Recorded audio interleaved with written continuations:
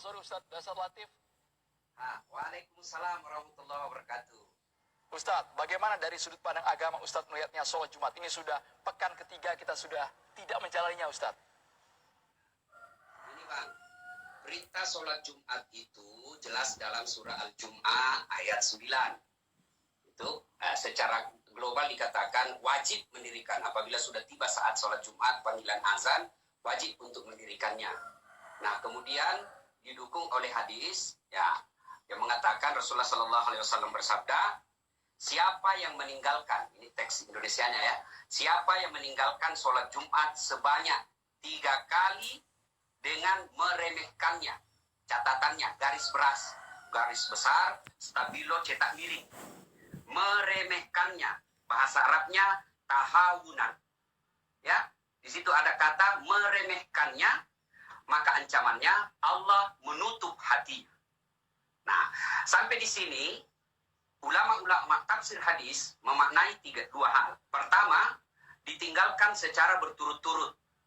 Ya, 3 pekan berturut-turut. Kemudian ada juga ulama memaknai 3 kali selama seumur hidupnya. Tanpa alasan. Artinya meremehkan. Orang Makassar bilang, nanggap biasa-biasa Ji. Ya, maka inilah yang dihukum ancaman ditutup hatinya. Kalau mereka yang meremehkan sholat, dengan sengaja meremehkan sholat, Imam Syafi'i menghukumnya, maka dia melakukan dosa besar dan hukuman mati buat dia. Ini kalau meremehkan. Tapi Imam Ahmad lain lagi. Kalau dia katakan, meninggalkan secara bertahap, berturut-turut 3 hari lamanya, 3 kali lamanya, kemudian disuruh bertobat dan dia tidak mau, maka dia divonis dengan keluar dari Islam. Kalau Imam Syafi'i lebih keras, dia dihukuman mati. Dengan catatan, ada unsur kesengajaan, meremehkan. Apa yang dimaksud meremehkan? Azan Jumat tinggal main doni. Azan Jumat tinggal main musik. Ini dimaksud meremehkan. Sementara untuk kondisi sekarang, tidak ada unsur meremehkannya. Malah unsur yang ada adalah daruriyah. Ini darurat, ada unsur, ada uzur. Apa unsur di dalamnya? Menghindari penularan penyakit. Dalam Islam, maqasid syariah, tujuan dihadirkannya hukum Islam ada 5. 1 diantaranya, hifzun nafas, memelihara jiwa. Maknanya, semua hukum menjadi halal ketika jiwa kita terancam. Nah, sekarang virus corona, ternyata data dan fakta menunjukkan, di kerumunan massa itulah potensial menyebarkan virus. Termasuk di dalamnya perkumpulan dalam sholat Jumat. Nah, saya yakin-yakinnya, kita meninggalkan sholat Jumat ini bukan karena kita meremehkan, tapi kita menghindari musibah dan memutuskan mata rantai penularan virus. Nah, kalau kita taat dengan anjuran pemerintah, mengikuti majelis ulama, dengan tidak sholat Jumat dan mengganti sholat zuhur, insya Allah menjadi ibadah. Dapat pahala. Jangan lagi ada istilah atau paham-paham yang kedengarannya manis, tapi menyesatkan. Seperti apa? Dia katakan, ini kan perintah Allah. Semua sudah ditakdirkan Allah. Ini makhluk Allah. Tidak boleh kita menghindarinya. Ini paham yang sangat keliru. Kalau ini benar, maka mengapa Rasulullah SAW bersabda, kalau engkau melihat atau mengetahui suatu wabah, maka berlarilah engkau seperti engkau melihat harimau. Nah, saudaraku, dimanapun Anda berada, tidak ada pilihan lain. Kita harus mengikuti anjuran pemerintah, dan ini sudah dibahas dan diskusikan oleh majelis ulama. Majelis ulama ini himpunan orang-orang yang bidang ilmunya memang sudah paten di situ. Bukan orang yang baru belajar agama di YouTube 2-3 menit. Coba, sangat sederhana memahami hal ini. Mana ada alim ulama yang panik dengan tidak sholat Jumat. Mereka yang panik dengan tidak sholat Jumat ini ada orang mereka yang tidak jelas juga pengetahuan agamanya.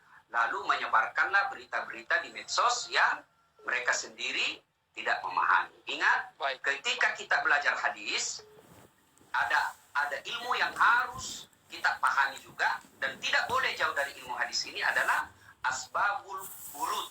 Kalau Quran asbabun nusul. Asbabul wurud apa maknanya? Sebab hadis ini disampaikan oleh Rasulullah Muhammad SAW. Nah, untuk konteks sekarang ini, meninggalkan sholat Jumat 3 kali berturut-turut, saya kira tidak pada apa yang diancamkan oleh Nabi, tertutup hatinya. Sekira demikian. Baik Ustadz, lalu bagaimana menyikapi perbedaan di tengah masyarakat yang tetap sholat Jumat dengan menerapkan physical distancing? Usai jeda Ustadz dijawabnya. Kita harus pariwara berikut ini pemirsa akan segera kembali kabar petang. Masih bersama dengan Ustadz Dasat turun. Man tarakal jumu'ata, siapa yang meninggalkan Jumat salasa marratin 3 kali, tahawunan berturut-turut, tahawunan karena menyepelekan Jumat.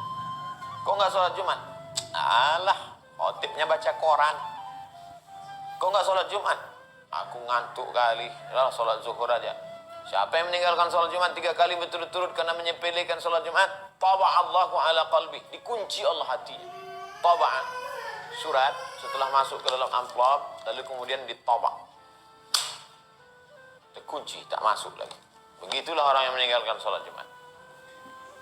Tapi Jumat ini kita udah 3 kali nggak sholat Jumat. Kenapa? Karena wabah corona. Oleh sebab itu tidak termasuk kita ke dalamnya, karena ada sebab. 300 siswa sekolah anu terkontaminasi. Kenapa? Karena kalau sudah kena satu masjid. Ustadz Somad, ini persidangan hari ini pakai online. Bapak jaksa, bapak hakim, bapak polisi, bapak pengacara, dan narapidana terdakwa. Terdakwa tidak boleh satu majelis. Kenapa begitu, Pak? Karena kalau sampai dia terkena ini, si terdakwa ini, masuk dia ke sel, di sel ada 1.200, kena semuanya.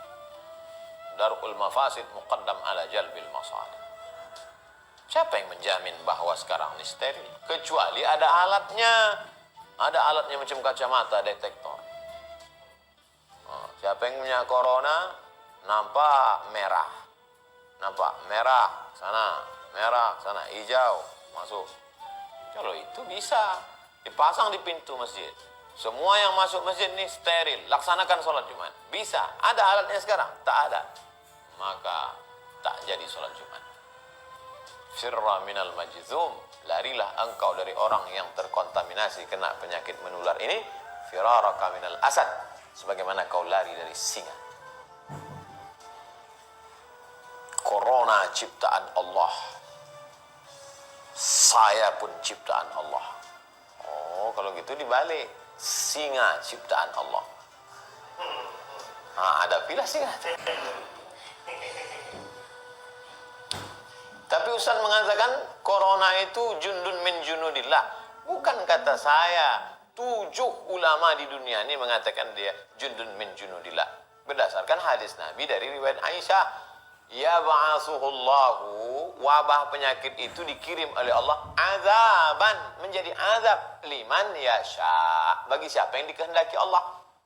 Ada wabah itu menjadi azab bagi orang-orang yang dikehendaki Allah. Tapi bagi orang yang beriman, rahmatan lil mu'minin, menjadi rahmat bagi orang beriman. Yang mestinya dia mati konyol berubah menjadi mati syahid. Pahami baik-baik. Baik-baik.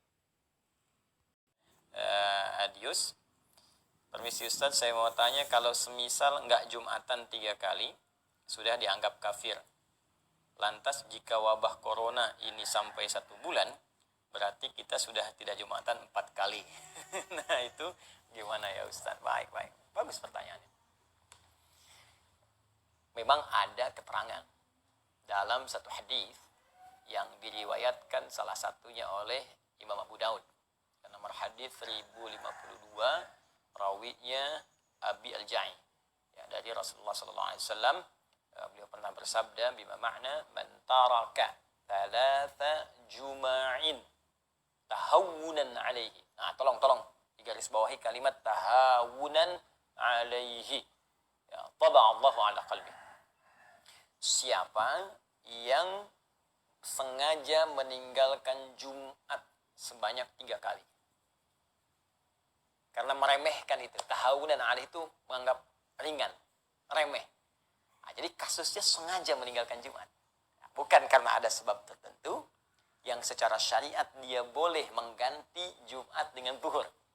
Ingat ya, bukan sengaja meninggalkan Jumat karena ada sebab tertentu sehingga dia mengganti Jumat dengan zuhur. Nah, kasusnya berbeda. Maka di hadis ini dikatakan siapa yang sengaja meninggalkan Jumat sebanyak 3 kali karena meremehkan, menganggap ringan ibadah Jumat itu, maka taba'allahu ala qalbi. Allah akan menutup, memberikan cap kepada hatinya. Ya, taba'a sama dengan khatama. Ya, sama dengan Al-Baqarah ayat ke-7 itu ketika Allah mengatakan khatamallahu ala qulubihim wa ala sam'ihim wa ala absarihim ghishawa wa lahum adzabun adzim. Maka diancam oleh Allah Subhanahu wa taala, hati-hati. Ya, nanti kalbunya bisa tertutup. Ya, kalau kalbu tertutup, pada akhirnya sulit menerima informasi. Nah, bukan hanya informasi-informasi yang dimaksudkan kebaikan-kebaikan, tapi pada puncaknya sulit menerima nur Allah Subhanahu wa taala. Karena itu kalau dengar azan ke telinga sudah nggak mempan lagi, nggak peduli dengar azan. Lihat orang ke masjid sholat sudah tidak ada kecenderungan untuk bisa mengikuti. Bahkan puncaknya ada yang anti. Awas, hati-hati nih. Hati-hati, puncaknya anti. Ya, mohon maaf. Ya, azan jadi komplain, lihat orang salat jadi sewot. Nah, sekarang padahal ada tempat misalnya yang aman, ya boleh jadi tidak ada isu virus di situ, tiba-tiba ikut komentar tutup masjidnya misalnya. Nah, ini aneh nih, saat masjid buka Anda tidak ada, ya saat masjid sekarang ada corona ramai Anda minta ditutup, padahal orangnya nggak pernah ke masjid misalnya. Nah, itu juga hal yang penting untuk kita dudukan dengan cara yang baik. Jadi yang dimaksud kondisi sekarang corona ini kondisi yang berbeda yang dimaksudkan hadis yang tadi. Ya, karena itu penting kita kaji secara detail sehingga tidak salah paham atau pahamnya yang salah. Ya. Nah, dalam konteks orang tidak bisa Jumat, nah, karena kekhawatiran diduga menyebarnya virus misalnya corona ini, ya apalagi misalnya mohon maaf di masjid-masjid simpangan, jalan, ya atau sekarang seperti Istiqlal, kan?